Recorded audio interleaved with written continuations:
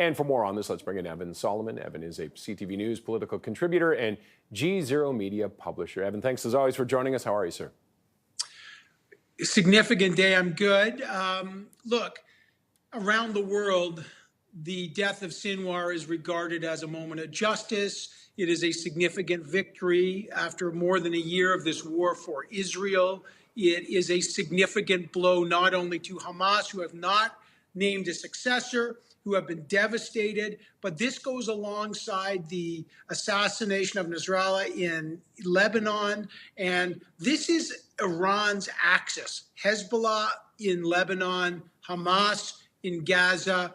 The leadership there have been decimated. For Benjamin Netanyahu, this is a significant moment of victory. The question now is, what comes next? Now, you've heard Iran and Hamas say everything's still going forward as planned, nothing has changed. But the man you're looking at here, when he was alive, by the way, it was an Israeli surgeon who saved his life when he had a brain aneurysm issue. But now that he's gone, he was regarded as the chief obstacle against any sort of negotiated peace because he refused to release the over 100 hostages, many of them likely dead, but that remain. So now the question is this: will negotiations happen? That's what the Americans want. Or does Benjamin Netanyahu, who has said if the hostages are released, whoever releases them will get impunity, or does he use this now to continue his assault in Gaza, in Lebanon, and then escalate now towards Iran after Iran launched 180 ballistic missiles towards Israel? Or does he take this victory and finally, after a year of bloodshed, there's an off-ramp towards some resolution? Is there anybody in Hamas that might want that, though, of the people who could be coming up to replace Sinwar? We don't know who's going to replace him yet, number one. Number two, you saw reports from Gaza that many Palestinians were celebrating the death and the killing because they thought he had brought this war on October 7th to Gaza that has led to all the devastation. I'm not assigning blame here, but what triggered the mass Israeli response in Gaza that has been so controversial in many ways, but was the events of the massacre of 1,200 people by a terrorist organization called Hamas, led by Sinwar. Now he's gone. And the question is Hamas fractured enough to actually begin some kind of negotiation to get back to some kind of viability? It is too early to tell, but the Saudis, Qataris, the Americans, they are talking to Israel, and through Qatar, the interlocutor to the Hamas organization, they are desperate to try to get some kind of ceasefire resolution, hostage return, to begin to de-escalate the devastation that you see in these pictures. How much control does Iran now, do you think, have over Hamas? Iran's control over Hamas is different. They're part of the axis of resistance that Iran likes to talk about. Their support is significant and was material, as, by the way, was Qatar's support for Hamas. I think that they're very influential, but they too are definitively worried. Here's why. One, they were stunned by how quickly Hezbollah's leadership was decapitated after first the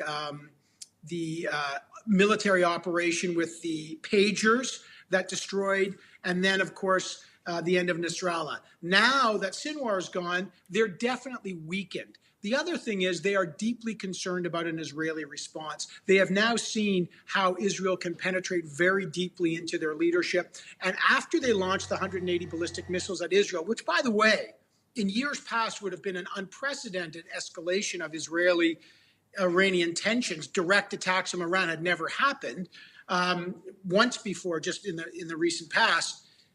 Now Iran has said to the United States, that's it. We had responded to an assassination of some senior Iranians. We would like to now stop. The question now is, what will the Israeli government under Bibi Netanyahu do? Will they take this now and feel that there is no more need for a massive raid on Iran, They've already told the Americans they're not going to attack the nuclear facilities at places like Natanz. They will not attack the oil facilities because the Americans don't want the jump of oil. That would take about 200,000 barrels a day off the market. Not that significant, by the way. Just to put that into perspective, one oil tanker carries about 2 to 3 million barrels of oil. So taking 200,000 off a day is not going to be significant, but it would matter. But Israel's not going to do that. So now the question is, what will Netanyahu do?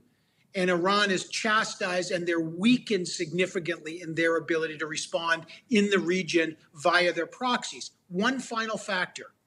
Will a weakened Hamas and a weakened Hezbollah now turn to different forms of terrorism?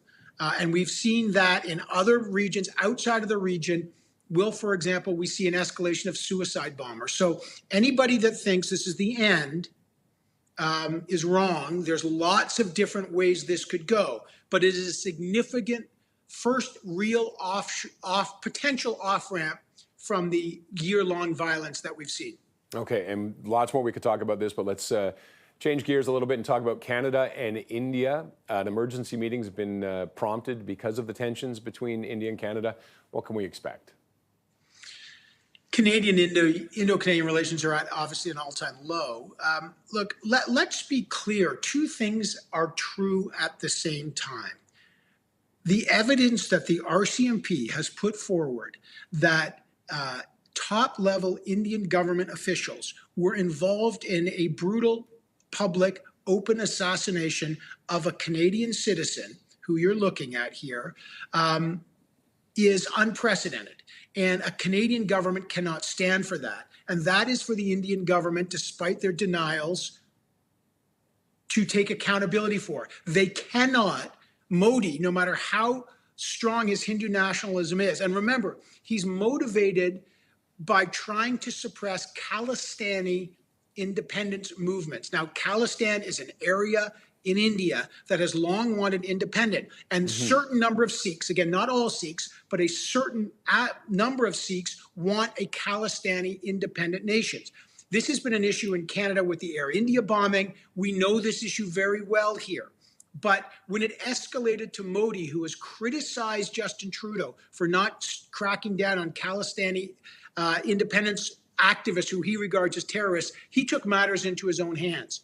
So that's on Modi's side, and Trudeau's right to call that out. On the other hand, Trudeau has we have a significant relationship with a democracy like India, and like Joe Biden, it might be better to try to calm things down and contain this and not have an open-air spat where diplomats are getting expelled. So Canada and India now are trying to contain a fallout from a really important economic, diplomatic, and geopolitical relationship so it doesn't spread. But in the meantime, Modi's not backing down, the RCMP and Trudeau's not backing down, and both have a lot of work to do to try to calm this down. The Americans, by the way, who also have faced government-backed Indian activists allegedly trying to assassinate Americans, they've tried to handle this behind closed doors because they want a close relationship with India to hedge against China. So this is complicated stuff, but it's not, quote, Trudeau blew it with India or India blew it with Canada.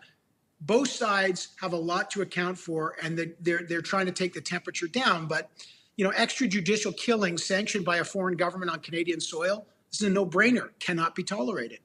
So if it can't be de-escalated, where might this head? Would we see visa suspensions? Would we see a trade war of some type? I think both sides are trying to contain that. The expulsion of diplomats is significant, especially between a country like India and Canada. I think that's where it will likely end. It can go further. Both sides don't want it to go further.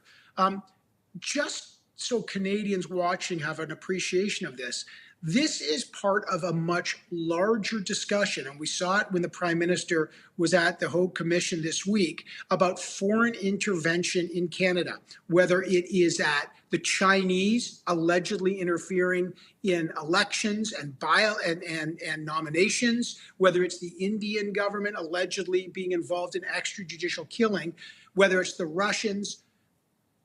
foreign intervention into Canada and the rule of law and not abiding by the rule of law is something that Canada is very much at the front end of. But all democracies are facing this.